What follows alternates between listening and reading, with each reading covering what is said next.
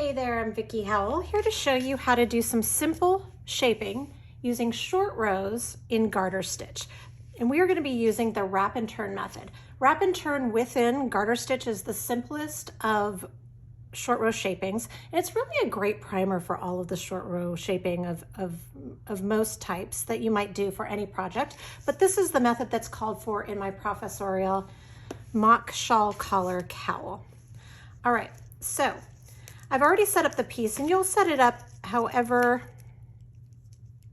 the pattern calls for, but essentially you just need to place markers. You're going to be working within only the markers because short rows are rows that are worked not completely, but just just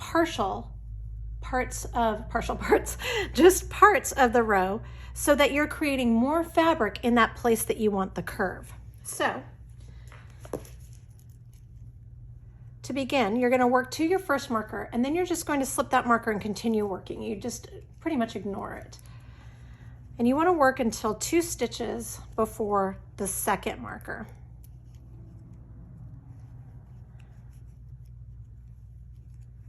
Okay, and this is where we're going to do our first wrap and turn.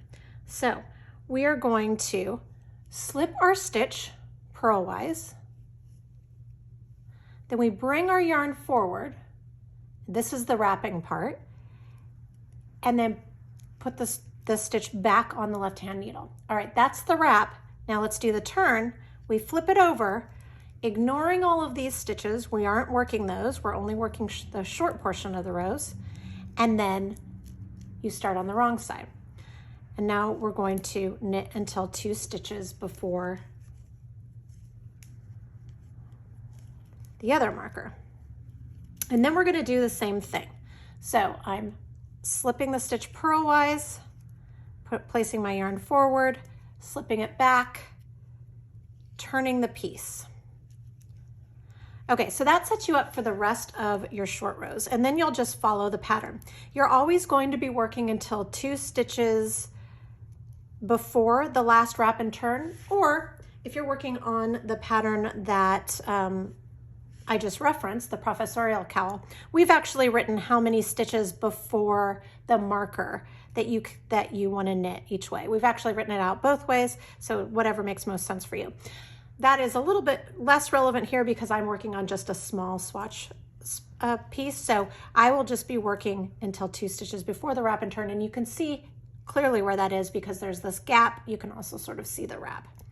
All right, so I'm going to work until 2 stitches before that wrap and turn. And then I just lather, rinse, repeat. Slip, yarn forward, slip it back, and turn. Do the same thing. Knit to 2 stitches before the last wrap and turn. Slip, yarn forward, slip it back, and turn. And you can already see this little extra bit of fabric that's forming up in the center where we've created those longer rows, short rows, but a longer length of fabric. And that is really all there is to it. It's simple and satisfying. You don't need to bury those wraps at all because they just meld right into the garter stitch. It happens right before your eyes. It's pretty fun, if I do say so myself. All right, if you have any questions, just post them in the comment section, and please be sure to tag @Vicki Howell with any of your finished short row projects. All right, thanks a lot.